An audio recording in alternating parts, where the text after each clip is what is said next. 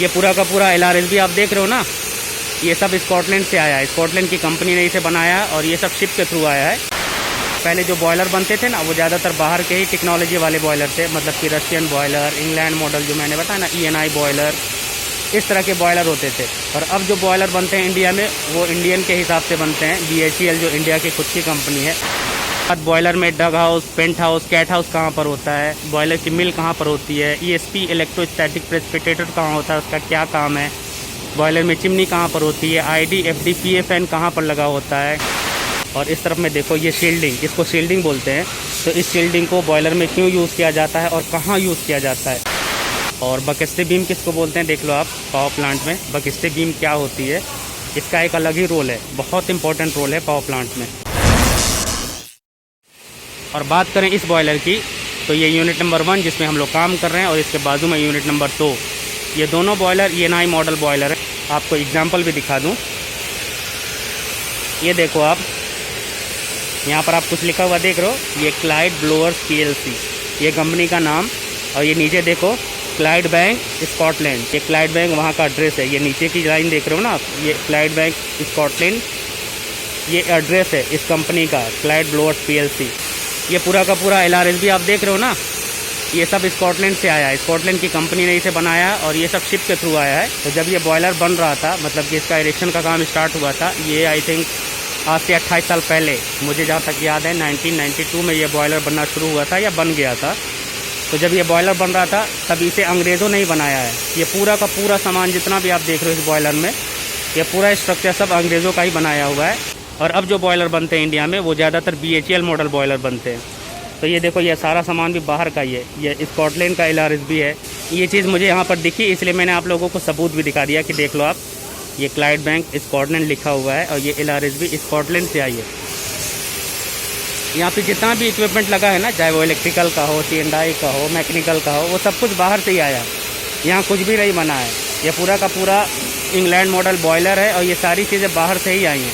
अब भले ही ऐसा होता है कि इसमें कुछ चीज़ें ख़राब होती हैं, इस बॉयलर में जो भी इक्विपमेंट ख़राब होता है या जो भी मटेरियल यूज़ होता है, तो वो अब इंडिया में मैन्युफैक्चर हो जाती है, बिकॉज इंडिया में टेक्नोलॉजी आ चुकी है बॉयलर बनाने की। पर जब ये बॉयलर बन रहा था स्टार्टिंग में, तब इसमें सारी चीज़ें बाहर से ही आकर लगाई गई थी, बिकॉज ये पूरा का पूरा बॉयलर बाहर के लोगों ने बनाया, अंग्रेज़ों ने बनाया है।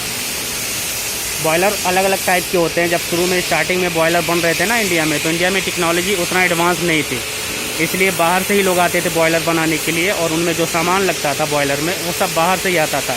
इंपोर्ट एक्सपोर्ट का काम जो होता है, वो पहले शिप के थ्रू होता था और आज भी होता है। जो हैवी सामान आते हैं, जो बड़े बड़े कंटेनर आते हैं, वो सब शिप के थ्रू आते हैं। तो वही शिप के थ्रू ये सारे सामान आए हैं जो बॉयलर में लगे हुए हैं। तो जब अंग्रेज़ इस बॉयलर को बना रहे थे, तो उन्होंने खुद की अपनी टेक्नोलॉजी यूज़ की और साथ ही साथ जो उनका अपना सामान था, उन्होंने बाहर से इंपोर्ट एक्सपोर्ट किया। इसीलिए इस बॉयलर में जो भी सामान है, वो सब बाहर से ही यूज़ किया गया, मतलब कि बाहर की कंट्री से।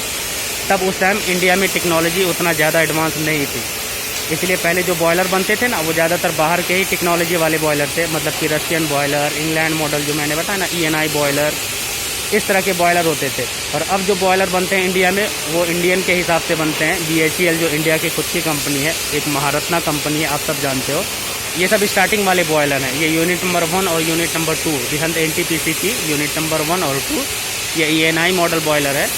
गाइस, बातें बहुत हो गई और बातों ही बातों में मैंने आप लोगों से बहुत सारी इन्फॉर्मेशन भी शेयर की। आई नो वीडियो काफ़ी लंबी हो चुकी है, पर मैं जब कोई इन्फॉर्मेशन आप लोगों से शेयर करता हूं, तो मैं टाइमिंग नहीं देखता और इसी चक्कर में वीडियो लंबी हो जाती है कभी कभी। पर कोई नहीं, इसका ऑप्शन है मेरे पास। ऐसे सिचुएशन में मैं वीडियो को 2-3 पार्ट में कर देता हूं। जब मैं वीडियो अपलोड करता हूं या वीडियो एडिटिंग करता हूं जिस टाइम पर, उस टाइम में मैं वीडियो को अलग अलग पार्ट में कर देता हूं। अगर वीडियो 30 मिनट 40 मिनट की हो जाती है, तो मैं उसे 2-3 पार्ट में अलग अलग करके फिर एक एक करके वीडियो को अपलोड करता हूँ, जो मैं ऑलरेडी पहले भी कर चुका हूँ। तो आप वीडियो में अभी भी बने रहो, वीडियो अभी भी ख़त्म नहीं हुई, कंप्लीट नहीं हुई है। अभी भी बहुत सारी इन्फॉर्मेशन आप लोगों से शेयर करनी है, तो आप वीडियो में बने रहो, बिल्कुल एंड तक देखो। और अगर अब तक आप ये वीडियो देख रहे हो और आपने चैनल को सब्सक्राइब नहीं किया है, तो इस चैनल को सब्सक्राइब कर लेना, ताकि इस तरह की इंटरेस्टिंग वीडियो आपको आसानी से मिलती रहे। तो चलो अब आगे की इन्फॉर्मेशन मैं आप लोगों को एक एक करके बताता हूँ। मैंने वीडियो कहाँ स्टार्ट की थी, बीच में मैं कहाँ पहुँच गया, कौन सी टॉपिक किधर चली गई। तो ये ऐसे चलता रहता है। मुझे जो जो चीज़ें जहाँ जहाँ दिखाई देती हैं बॉयलर के अलग अलग एलिवेशंस पर, अलग अलग एरिया में, मैं उसकी इन्फॉर्मेशन कलेक्ट करके आप लोगों को ऐसे शेयर करता रहूँगा। हाँ, ऐसा हो सकता है कि मैं किसी दिन फ्री रहूँगा तो फिर मैं LRSB के अलग से एक सेपरेट वीडियो बनाऊँगा। ये जो आप हैंगर सपोर्ट देख रहे हो इस साइड में, इसके ऊपर एक अलग से सेपरेट वीडियो बना दूंगा। बॉयलर ड्रम के ऊपर, सेफ्टी वाल्व के ऊपर, अलग अलग कैट हाउस, डग हाउस, पेंट हाउस, इसके ऊपर। तो ये अलग अलग सेपरेट वीडियो आपको मिलेंगे। अगर आपको चाहिए तो आप उसके बारे में जानना चाहते हो तो आप बताओ कमेंट करके, कमेंट बॉक्स में मुझसे बोलो। आप कमेंट बॉक्स में मेंशन करो कि मुझे इस टॉपिक पर वीडियो चाहिए, तो मैं अगले जिस भी प्रोजेक्ट पर जाऊँगा तो आपको सेपरेट वीडियो उस टॉपिक पर मिलेंगी।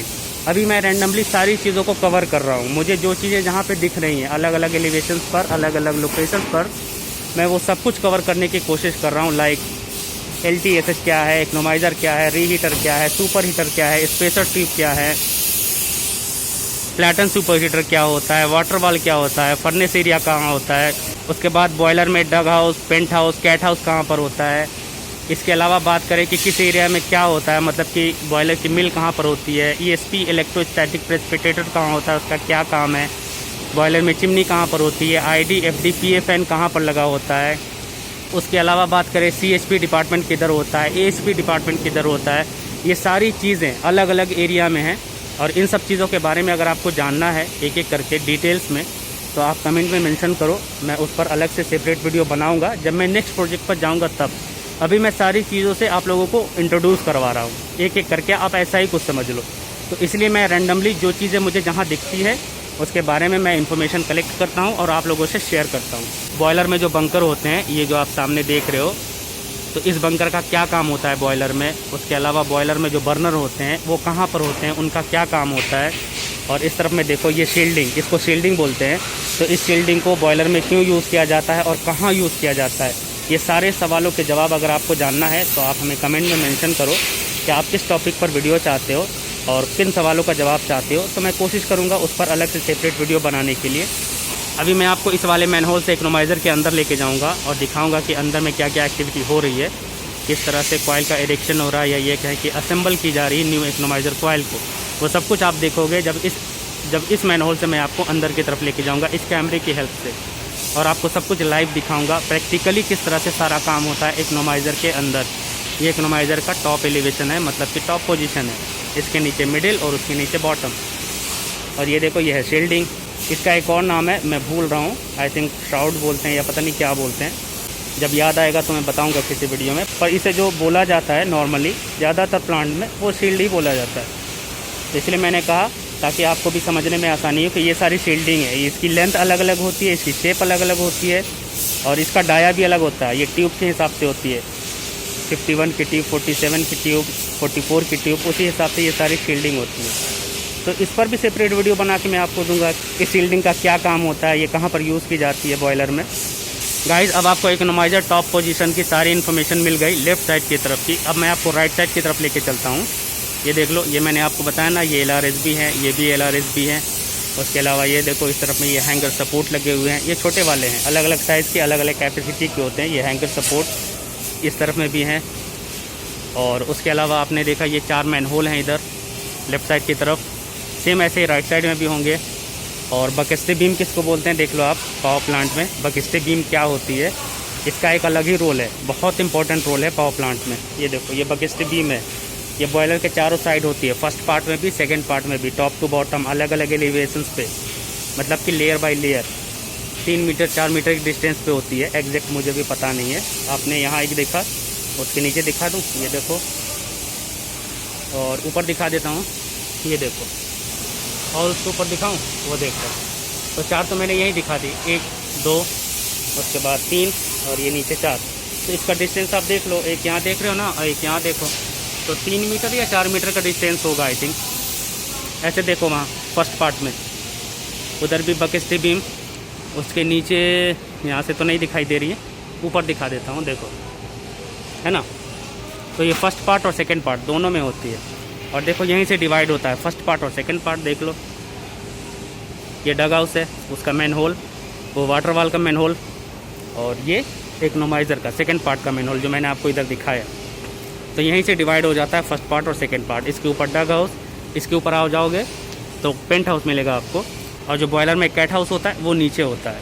आई थिंक 19 मीटर के एलिवेशन पे। ये डिपेंड करता है बॉयलर की कैपेसिटी पे कि बॉयलर की कितनी कैपेसिटी, उसी हिसाब से डग हाउस, कैट हाउस और पेंट हाउस का एलिवेशन होता है।